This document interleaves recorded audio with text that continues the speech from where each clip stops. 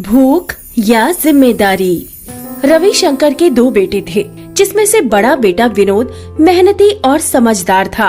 वहीं दूसरा बेटा राजीव कामचोर, लालची और आलसी था। रविशंकर के पास एक खेत था, जिससे विनोद दिन रात मेहनत करके उसके पिता की मदद किया करता था। वहीं दूसरी तरफ राजीव काम से बचने के लिए दिन भर आवारा लफंगे दोस्तों के साथ घूमता रहता था, जिसके चलते रविशंकर हमेशा परेशान रहता और दोनों बेटों के भविष्य के बारे में सोचता रहता। एक दिन राजीव के दोस्त उसको उसके पिता और भाई के खिलाफ भड़काते हुए कहते हैं, अरे राजीव, मैंने गांव के लोगों से सुना है कि तुम्हारे पिताजी गाड़ी दिला रहे हैं तुम्हारे भाई को। तुम्हें तो पहले से ही पता होगा इस बारे में। दोस्त की बात सुनकर राजीव सोच में पड़ जाता है, क्योंकि राजीव को इस बारे में कुछ नहीं पता होता, जिसके चलते वो हैरानी से उसके दोस्त से कहता है, अरे नहीं विवेक, अगर पिताजी भाई को गाड़ी दिलाते तो मुझे भी दिलाते। और तो और पिताजी हम दोनों के लिए एक जैसी ही सोच रखते हैं। कोई भी चीज भाई के लिए खरीदते वो मेरे लिए भी बराबरी की चीज खरीदते, फिर चाहे वो खाने में हो या पहनने में। राजीव की बात सुनकर विवेक को समझ नहीं आ रहा था कि वो उसे किस तरह भड़काए। वहीं दूसरी तरफ उसका दूसरा दोस्त उसे बोलता है, अच्छा राजीव, फिर तुम एक काम करो, अपने पिताजी से कहो कि तुम्हें आज के आज ही एक नया फोन दिलाए जो गांव में सबके पास है। राजीव उसके दोस्त के कहने पर घर जाता है। उसके जाने के बाद उसके दोनों दोस्त मिलकर उस पर हंसने लगते हैं, क्योंकि वो तो वही चाहते थे कि राजीव रविशंकर और मोहन को अलग कर सके। जिसके चलते राजीव घर जाने के बाद रविशंकर से कहता है, पिताजी, मेरे सारे दोस्तों के पास टच वाला फोन है, मुझे भी उनकी तरह एक टच वाला फोन चाहिए। राजीव की बात सुनकर रविशंकर गुस्से में आकर उससे बोलता है, वाह, मेरे निकम्मे बेटे दिन भर दोस्तों में घूमते रहोगे और घर आकर मुझ पे कोई ना कोई चीज लेने के लिए जिद करोगे। अरे तुम्हारे भाई से सीखो कुछ, वो बेचारा दिन रात मेहनत करके खुद के लिए कुछ नहीं मांगता, और एक तुम हो बिना काम करे बस जिद पर जिद करते रहते हो।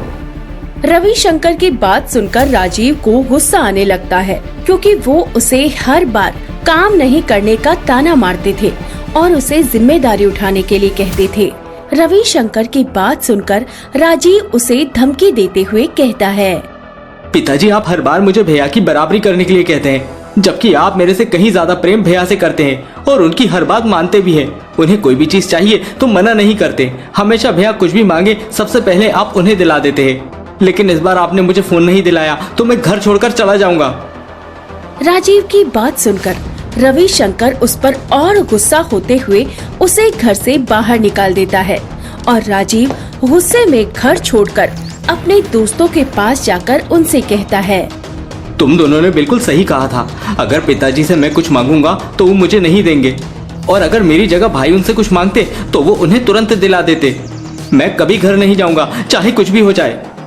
राजीव की बात सुनकर उसके दोस्त समझ गए थे, जिसके चलते वो मौके का फायदा उठाकर उसे बहुत ज्यादा भड़काते हुए कहते हैं, राजीव देख, हमें ये बात पहले से ही पता थी, लेकिन हम तुम्हें बताकर तुम्हारा दिल नहीं दुखाना चाहते थे।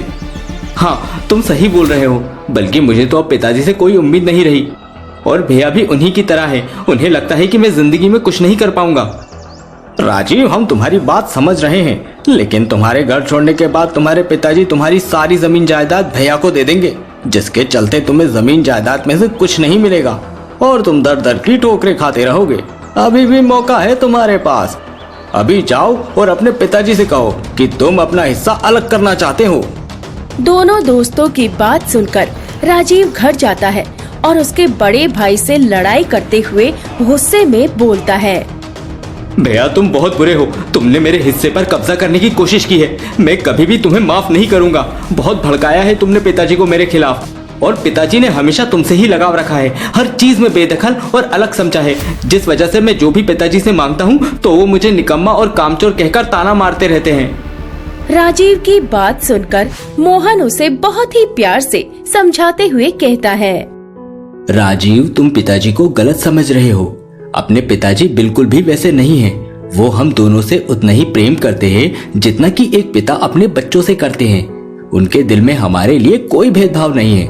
बल्कि वो तो हमें बराबरी से रखते हैं। हाँ, उनका व्यवहार थोड़ा कड़क है, क्योंकि उन्हें लगता है कि तुम अपनी जिम्मेदारी अच्छे और बेहतर तरीके से पूरी करो, जिसके चलते आगे तुम्हें कठिनाइयों का सामना न करना पड़े। इसलिए वो तुम्हें बार बार समझाते हुए चिल्लाते हैं। मोहन की बात सुनकर राजीव को कोई फर्क नहीं पड़ता, क्योंकि राजीव को पहले ही उसके दोस्तों ने भड़का रखा था कि जमीन और जायदाद उसके पिता उसके भाई को देंगे, जिसके चलते राजीव यही सोचकर उसके भाई को गुस्से में बोलता है। नहीं भैया, अगर वो आपको चिल्लाते ना तब आपको पता चलता कि पिता की डांट सुनना किस तरह से होता है। चाहे कुछ भी हो जाए, मुझे मेरे हिस्से की जमीन जायदाद चाहिए। राजीव और मोहन आपस में बात कर ही रहे थे कि राजीव की बात रविशंकर सुन लेता है और उसे जोर से थप्पड़ लगाते हुए कहता है, सही है बेटा, आज तुमने साबित कर दिया कि हम तुम्हारे लिए कुछ नहीं है। मैं मेरे जमीन जायदाद से तुम्हें एक फूटी कौड़ी भी नहीं दूंगा, चाहे उसके लिए मुझे तुम्हें बेदखल क्यों ना करना पड़े। अरे तुम्हें क्या पता, तुम्हारे लिए मैंने किस तरह मेहनत करके तुम्हें बड़ा किया है और किस तरह अपनी भूख प्यास को त्याग कर सबसे पहले अपनी जिम्मेदारी पूरी की है। क्योंकि कोई भी पिता ये नहीं चाहता कि उसके बच्चे बड़े हो जाने के बाद उन्हें दर दर की ठोकरें खानी पड़े, जिसके चलते वो अपने बच्चों के लिए मेहनत और मुसीबतों का सामना करके एक घर और जमीन मेहनत से खरीदते हैं। राजीव, तुम्हें नहीं पता हमारे पिताजी ने कितनी मेहनत से घर और खेती खरीदी है, जिसके चलते हम दोनों का फर्ज बनता है कि हम घर और खेती संभालें और पिताजी की सहायता करें, जिससे पिताजी भी खुश रहेंगे और हम भी अपनी जिम्मेदारियां आपस में मिलकर पूरी कर लेंगे। मोहन की बात सुनकर राजीव को कोई फर्क नहीं पड़ता, जिसके चलते वो फिर से अपने दोस्तों के पास जाता है और उन्हें सारी बात बता देता है। उसकी बात सुनकर दोनों दोस्त उसे कहते हैं, राजीव, तुम्हारे पिताजी और भाई की साजिश है तुम्हें जमीन जायदाद से बेदखल करने की। तुम उनकी चालाकी समझ नहीं रहे हो। तुम एक काम करना, रात के समय सबके सो जाने के बाद धीरे से जमीन जायदाद के पेपर निकाल कर ले आना। ऋतिक की बात सुनकर वो वहाँ से चला जाता है, जिसके बाद ऋतिक और विवेक मिलकर दोनों एक दूसरे से बातें करने लगते हैं। ऋतिक, अब तो मजा आएगा, पैसा ही पैसा दिख रहा है मुझे तो अभी से। इस बेवकूफ राजीव को हमारी चाल भी समझ में नहीं आ रही है। खैर, हमें उससे क्या करना है, हमें तो बस पैसा चाहिए जो राजीव कल लाकर दे देगा। हाँ विवेक, तुम तो बिल्कुल सही बोल रहे हो। बेवकूफ था इसलिए ही तो हमारे झांसे में जल्दी से फंस गया, वरना इतनी आसानी से कौन बेवकूफ बनता है आज के जमाने में। राजीव दोनों दोस्तों की बातों में आ जाता है, जिसके चलते वो दोनों धोखाधड़ी से सारी जमीन राजीव के नाम करवाकर उसे बेच देते हैं, जिसके बाद उसके दोनों दोस्त उसके साथ गद्दारी करके उसके सारे पैसे लेकर वहाँ से रातों रात फरार हो जाते हैं, जिसके चलते सुबह हो जाती है और राजीव उठकर देखता है तो उसके पास ना तो पैसे होते हैं और ना ही उसके दोस्त।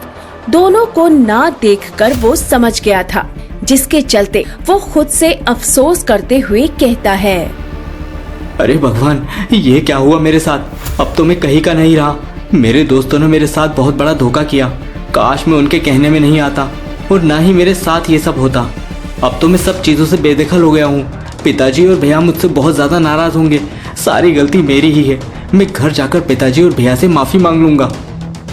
वहीं दूसरी तरफ रविशंकर उसके परिवार के साथ किराए के घर में रहता था, जिसके चलते मोहन को दूसरे के खेत में किसानी करके कुछ पैसे मिल जाया करते थे, जिससे उनके घर का गुजारा अच्छे से हो जाता था। इसी तरह कुछ दिन बीत जाते हैं। राजीव को ठोकर लगने की वजह से उसे अपनी गलती का एहसास हो गया था कि उसने दोस्तों के बहकावे में आकर कितना गलत कदम उठाया है। उसे पछतावा होता है, जिसके चलते वो अपने परिवार को ढूंढता है। बहुत ढूंढने के बाद उसे उसका परिवार मिल जाता है और वो रविशंकर को देखकर उसके पास जाता है और उससे कहता है, पिताजी, मैं आपकी माफी के लायक तो नहीं हूँ, लेकिन फिर भी मैं दिल से बहुत शर्मिंदा हूँ। आपको जो भी सजा देनी हो आप मुझे दे दीजिए, क्योंकि मुझे मेरी गलती का अफसोस बहुत है कि मैंने मेरे दोस्तों के बहकावे में आकर आपके और भैया के दिल को बहुत ठेस पहुँचाई है। राजीव की बात सुनकर रविशंकर को और गुस्सा आता है, जिसके चलते वो उसे गुस्से से जाने के लिए कहते हैं कि तभी वहाँ पर मोहन आ जाता है। राजीव को रोता हुआ देख उसे उस पर तरस आता है और वो रविशंकर से कहता है, पिताजी, राजीव नादान था, जिस वजह से वो उसके दोस्तों के भड़कावे में आ गया और उनकी चालाकी को नहीं समझ पाया। लेकिन अब वो सुधर चुका है, हमें उसे एक मौका देना चाहिए। मोहन बेटा, उसने इतने सालों में हम सबको बर्बाद कर दिया। वो कम था क्या जो तुम उसे और मौका देना चाहते हो? बेटा, वो भरोसे के लायक नहीं है, उसकी वजह से हम आज ऐसी जिंदगी जी रहे हैं। पिताजी, मैं मान रहा हूँ कि उसकी गलती थी, पर आप मेरे लिए उसे एक आखिरी मौका दे दीजिए। उसके बाद अगर वो नहीं सुधरता तो आप उसे परिवार से बेदखल कर देना, फिर मैं कुछ नहीं कहूँगा। मोहन के कहने पर रविशंकर राजीव को एक मौका देता है, जिसके चलते उसे खेत का काम और कुछ जिम्मेदारी संभालने के लिए कहता है और राजीव उसी दिन से दूसरों के खेतों में काम करना शुरू कर देता है।